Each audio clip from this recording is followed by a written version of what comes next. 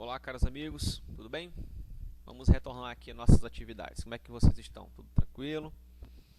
Então vamos estudar porque a gente tem que, né, garantir o nosso conhecimento para o futuro. Então a gente vai continuar aqui nossos estudos falando sobre os rios brasileiros. Anteriormente, no primeiro vídeo, nós falamos um pouco sobre o relevo, falamos sobre planalto, planície, depressões, falamos sobre aqueles três grandes geógrafos que foram responsáveis por classificar os relevos brasileiros: Haroldo Azevedo, Asa Alçabi, Jurandir Rossi, que foi o último, né? O mapa físico onde está localizado os planaltos, planícies e depressões brasileiras. E é importante que vocês façam a leitura de cada um, leiam um livro, a localização e façam pesquisa sobre isso, tá bom? Então aqui a gente vai falar um pouquinho sobre os rios brasileiros. Esse é um outro assunto importante do Brasil porque fala sobre a hidrogeografia. Fala sobre a questão das redes hidrográficas do Brasil. Então é importante falar sobre isso porque o Brasil, a nível de mundo, é o país com as maiores referências hídricas, né, que nós temos aí em relação aos países existentes no nosso mundo. Então veja bem, o Brasil ele tem praticamente a maior concentração hidrográfica do mundo, a maior quantidade de água de estado líquido, né, está aqui no nosso Brasil. E a gente vai conhecer um pouco, né, sobre a organização política, física, né, desse território, né, e suas divisões. Então vamos conhecer um pouco sobre os principais rios, sobre, como eu falei para vocês, as principais regiões hidrográficas e também as bacias hidrográficas. Falando um pouquinho também da nossa bacia, que é a bacia do Rio Mearim, né, uma das bacias mais importantes do estado do Maranhão. Tá bom? Então a gente vai conhecer um pouco sobre isso daí. Então vamos aqui, ó, os rios brasileiros. Então veja bem, o Brasil possui a maior rede fluvial do mundo. Tá vendo? Milhões de brasileiros dependem dos rios para sobreviver, utilizando suas águas para diversos fins. Veja bem, o Brasil tem a maior rede fluvial do mundo. Não é que o Brasil tem o maior rio, as pessoas pensam que o Rio Amazonas é o maior rio do mundo. Na verdade, nós temos a maior rede fluvial, a maior concentração de rios, a maior concentração de lagos, de água em estado líquido do mundo. Tá? Águas que nós utilizamos para fins humanas, econômicas, turismo, lazer e assim por diante. Então, quais são os diversos fins que utilizamos, né, com o uso da água? Nós temos aqui, ó, irrigação agrícola, a maior força econômica do Brasil, né, em questão da produtividade agrícola, irrigação da soja, irrigação de arroz, enfim, de outros produtos que são comercializados aí, tanto no Brasil como também no exterior. Nós temos a pesca, que é muito forte, né, a piscicultura e assim por diante no Brasil, que é muito importante. Nós temos também a produção energética. A nossa maior fonte energética no Brasil vem da força das hidrelétricas, né? O Brasil ele tem um poder muito forte nessa parte de geração de energia elétrica por parte das hidrelétricas. Na formação de energia elétrica é a força do Brasil, tá? Até porque nós temos uma observação. Temos essa força hidrelétrica porque a maioria dos nossos rios são rios de planaltos. Olha só, fazendo uma conexão lá com o último conteúdo. Por que rios de planalto? Porque os rios de planaltos eles são mais rápidos, a água tem uma vazão mais rápida. O que é uma vazão? A descida dela é mais rápida, tá? Então a água ela corre com mais força. Então isso facilita quando você coloca uma represa, uma barragem e coloca as turbinas para gerar energia. Aquela água ela vem com mais força e gira com mais velocidade, as turbinas gerando mais energia. Então o Brasil tem rios de planalto, isso facilita a produção energética, beleza? Rios de planície não tem como fazer, é muito complicado, então não gera, não é o suficiente, não é positivo. Navegação, o Brasil tem uma rede fluvial muito boa para navegação, tá? Abastecimento residencial, é o abastecimento do dia a dia nas nossas residências, e o comércio e a indústria, né? Hoje, se a gente for analisar, os dois empreendimentos que mais utilizam a água é a irrigação, que é a agricultura, e a indústria. São os dois meios que utilizam mais os recursos hídricos quando se trata de produção econômica. Beleza.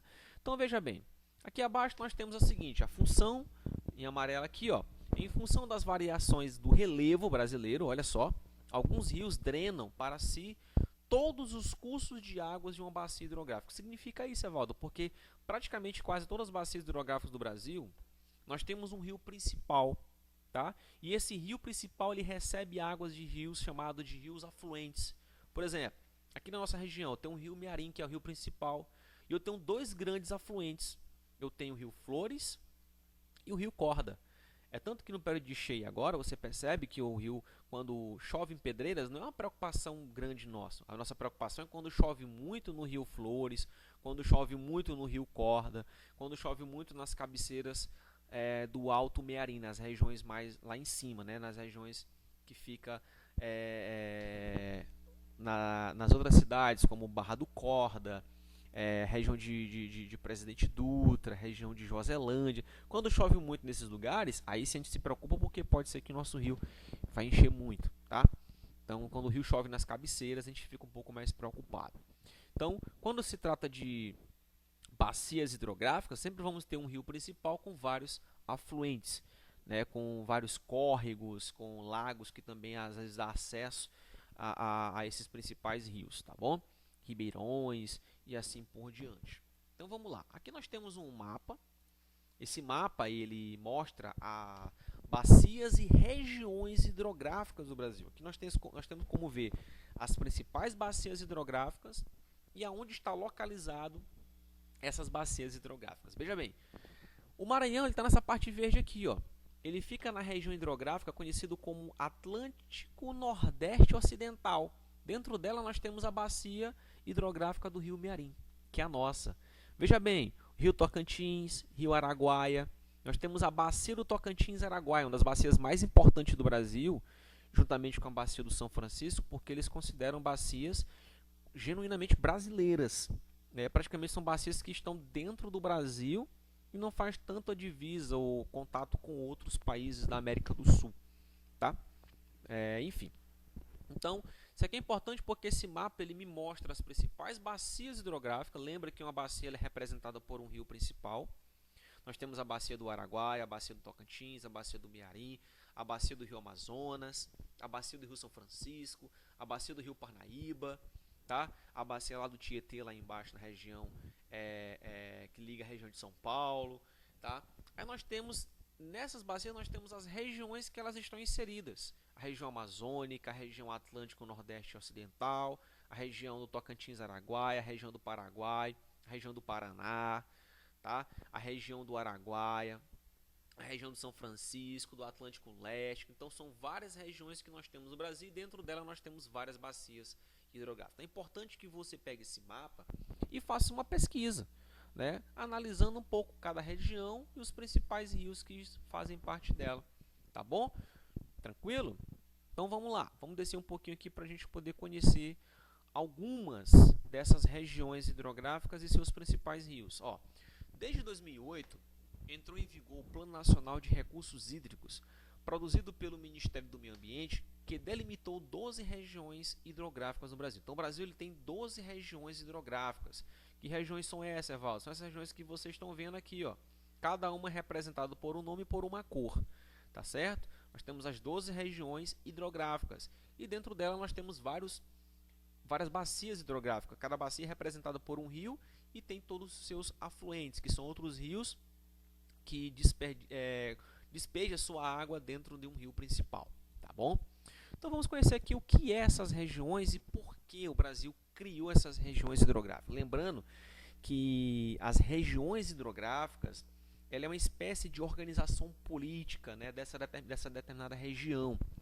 Veja bem, vamos ver aqui a classificação delas. Olha só, região hidrográfica amazônica. Eu selecionei aqui, ó, seu principal rio é o Rio Amazonas e outra parte que eu destaquei, ó, as cheias influenciam fortemente a vida da população que vive nessa região, que são as populações ribeirinhas. Praticam a criação de animais e também cultiva plantios próximos às margens, tá? Então dá para perceber que dentro da região hidrográfica amazônica, o rio principal é o Amazonas, onde nós temos vários afluentes, tá bom? E que dentro dela nós temos várias atividades, né? Várias atividades econômicas, atividades sociais, atividades ambientais, e também a bacia que corresponde à maior biodiversidade, uma das maiores biodiversidades do mundo, que é a nossa floresta equatorial, que é a nossa floresta amazônica, tá bom? Uma área que chove muito, uma área de vegetação muito rica, né? Uma vegetação com um alto índice de produção de madeira e assim por diante. Então, esse contexto que vocês estão vendo aqui é importante porque ele vai explicar com mais detalhe, né, o que nós temos dentro de cada região, o principal rio, a principal bacia e o que e como é utilizado nessa região, enfim. Então aqui nós temos aqui a região hidrográfica do Tocantins-Araguaia, que ela tem duas grandes bacias hidrográficas, que é a do rio Tocantins e a do rio Araguaia, tá bom? E seus principais rios apresentam elevada biodiversidade, corta a região de cerrado, vamos colocar assim, um dos biomas também muito rico no Brasil, e são utilizados para navegação, turismo e pesca. Claro que nessa região do Tocantins-Araguaia, eu vou voltar aqui para vocês dar uma olhada, aqui ó, essa região aqui do Brasil é uma região que tem uma grande participação das fronteiras agrícolas, uma delas a soja. A região do Tocantins-Araguaia, do Parnaíba, a parte do Maranhão, do São Francisco, são regiões ricas na produtividade de soja brasileira, tá? Regiões de serranas, né, o cerrado brasileiro, tá? Então apresenta essa atividade aqui. Então, além da atividade de navegação, de turismo e pesca, nós temos uma grande potência da agricultura e também, tá? Fazendo um exemplo aqui, ó, é uma região com grande potencial hidrelétrico do país. O Rio São Francisco, por exemplo, a gente vai até ali um pouquinho abaixo, tem um dos maiores complexos, né, de bacias hidrográficas. E aqui nessa região, é uma coisa interessante lembrar a vocês que nós temos o Rio Tocantins. E qual a importância do Rio Tocantins para o Maranhão? Nós temos o Rio Tocantins, que lá na cidade de Estreito nós temos uma hidrelétrica, a hidrelétrica de Estreito. E qual a importância dela para nós? Porque lá é gerada energia que boa parte do Maranhão recebe. Então essa luz que a gente recebe em casa, boa parte dela é produzida na região da hidrelétrica lá de Estreito, né? Que é o Rio Tocantins que passa por lá. Então é importante fazer essa observação aí, tá? Da onde vem a nossa energia aqui no estado do Maranhão. Enfim. Então é região hidrográfica do São Francisco, né? Que é a outra região muito importante para o Brasil, um rio praticamente um dos rios mais importantes do Brasil, que é muito comparado com o Rio Nilo, né? Corta uma região de Caatinga, região de Cerrado, então uma região também bem árida, é aquele rio que faz parte do processo político da transposição do Rio São Francisco, que leva a água para o Nordeste, para lugares que infelizmente a água é escasso, então isso dificulta a agricultura, dificulta a vida humana, tá? Então a região hidrográfica do São Francisco tem como principal rio o Rio São Francisco, uma das bacias hidrográficas mais importantes do Brasil. O Rio São Francisco é utilizado para transporte de carga e de passageiros e ao longo do seu curso há várias usinas hidrelétricas, uma das principais é a de Paulo Afonso, Sobradinho, Xingó e Luiz Gonzaga, são as principais hidrelétricas grandiosas que atendem praticamente toda a região do Nordeste, né? Então é uma área muito importante porque produz energia o suficiente para poder abastecer o Nordeste. É uma área também conhecida como o Velho Chico, né, que é representado pelo Rio São Francisco. E é uma área muito produtora, né? Se você vê uma área que abrange aqui, ó, você vê o seguinte, ó, o projeto de transposição do Rio São Francisco já foi iniciado e é inaugurado em alguns trechos, cuja totalidade prevê uma construção de 470 quilômetros de canais para levar águas para as regiões, né, como Ceará, Paraíba, Pernambuco e Rio Grande do Norte. Então, essa é a ideia do transposição de São Francisco. Claro que tem questões políticas aí pelo meio, discussões, né, que dificultam um pouco o avanço desse projeto, tá? Então nós sabemos aí como é que funciona a questão política do Brasil, tá bom? Vamos continuar aqui para finalizar. Nós temos aqui tanto a região hidrográfica do Paraguai e a região hidrográfica do Paraná. Então, se você prestar atenção, quando se estuda as regiões hidrográficas, ela sempre tem um padrão, né? O principal rio, quais as principais atividades e que existe nessas determinadas regiões. Veja bem, a do Paraguai, o rio principal Paraguai, engloba a região de Mato Grosso do Sul, incluindo, né, o Parque Nacional do Pantanal. Essa região que ela é famosa porque nós temos praticamente a maior planície fluvial do mundo. né, que é o Pantanal Mato-Grossense. Lembra bem das planícies, áreas baixas. Então a maior planície fluvial, uma planície alagada, vamos colocar assim, mas do mundo está localizada aqui no Brasil, né, na região ali de Mato Grosso, entre Mato Grosso e Mato Grosso do Sul. Daqui, ó. Paraguai possui enorme biodiversidade, alguns deles integram importantes polos turísticos. Então essa região de Mato Grosso do Sul, são regiões muito famosas no Brasil. Tem um lugar chamado Bonito, na região de Mato Grosso do Sul, que é considerada a região mais bonita do Brasil em questões turísticas, né? A região com águas cristalinas. Você pode até pesquisar sobre Bonito no Mato Grosso, uma região muito linda e uma das regiões mais atrativas do turismo brasileiro. Tá bom? E aqui para finalizar nós temos a região hidrográfica do Paraná, que é representado pelo rio Paraná e seus afluentes, tá? Corresponde à região centro-oeste, sul e sudeste do país. Os principais rios, né, tem o Tietê e temos também o nome complicado, Paranapanema, que são rios afluentes, né, também, que são representados naquelas regiões. Então a bacia do Paraná é parte da bacia do Prata, ou Platina, que além do Brasil abrange Uruguai, Bolívia, Paraguai e Argentina. Então é uma bacia muito grande que também cobre outros países. E o nome Bacia da Prata, né, porque só vamos lembrar um pouco da história, quando os portugueses chegaram na região da Argentina, do Brasil ali, tudo, começaram a explorar essa região, eles pensavam que tinha muita prata e tudo, então começaram a explorar e acabaram classificando essa região como área da prata, né, Bacia da Prata, né, por conta dessas influências de pesquisas portuguesas e assim por diante, tá bom? É só um contexto para vocês também pegarem um pouco da pesquisa. Tá certo, meu querido? Então, façam a leitura do livro, dá mais uma olhadinha nisso daqui que é importante, pesquisem para poder entender sobre bacias hidrográficas, nossas regiões hidrográficas, a importância dos nossos principais rios. Então, para poder finalizar, eu vou mostrar aqui um exemplo da bacia hidrográfica, as 3 principais bacias hidrográficas do Maranhão, né, que é importante a gente conhecer isso daqui. Olha só, as 3 principais, nós temos aqui a do Rio Pindaré, que é uma bacia hidrográfica muito importante no Maranhão, a do Rio Mearim, considerada praticamente a bacia hidrográfica a maior bacia hidrográfica que existe no Maranhão, e a do rio Itapecuru, que também é muito famosa. Hoje, nós temos até uma situação que a bacia hidrográfica do Mearim e a bacia hidrográfica do Pindaré, elas praticamente se juntaram, então formou praticamente uma única bacia, né? Que é um estudo aí que está sendo feito pelos comitês de bacias do estado do Maranhão, tá? Mas aqui é só para vocês entenderem, ó. Vamos pegar a do Mearim, nós temos o rio Mearim, que é esse rapaz aqui, ó. Tá vendo? O principal rio da bacia. Por que, Evaldo, que ele é o principal rio? Se você analisar essas linhas pretas que estão aqui, ó, são rios afluentes. Até esse grandão aqui, ó, no finalzinho ele vai jogar toda a sua água dentro do rio Mearim, lá no finalzinho, ó. Tá vendo? Então, o rio Mearim, ele é o principal rio dessa bacia hidrográfica. Por isso a bacia hidrográfica do Mearim, porque ele é o principal rio. O rio Pindaré, ó, ele é o principal rio, ó. Todos os rios que fazem parte dessa bacia tá jogando sua água dentro do rio Pindaré. O rio Itapecuru, ó, olha o tamanho dele aqui, ó. Esse aqui é o rio Itapecuru, ó. Todos os outros rios estão jogando sua água dentro do rio Itapecuru. Então, por que bacia hidrográfica do Itapecuru? Por que bacia hidrográfica do Mearim? Porque o principal rio que recebe água de todos os outros rios que estão aqui é o rio Mearim. Ele é o rio principal. O Pindaré é o principal, o Itapecuru é o principal. Por isso o nome de bacia hidrográfica. E por que bacia hidrográfica? Porque é uma bacia cheia de água? Não.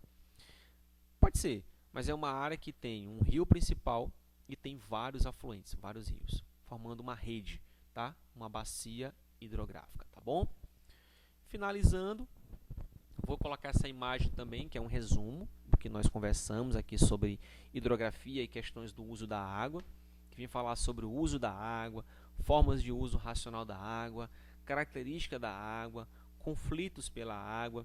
No Nordeste, né, ele vem falar sobre a questão dos problemas relacionados à escassez, tipos de escassez de água, né, escassez relacionados, como é que funciona essa questão física humana e a distribuição de água pelo mundo aqui para a gente poder entender. Você percebe que 2,5% é de água doce e a outra quantidade de água que existe no mundo são águas salgadas, praticamente impróprias para o consumo humano, tá bom?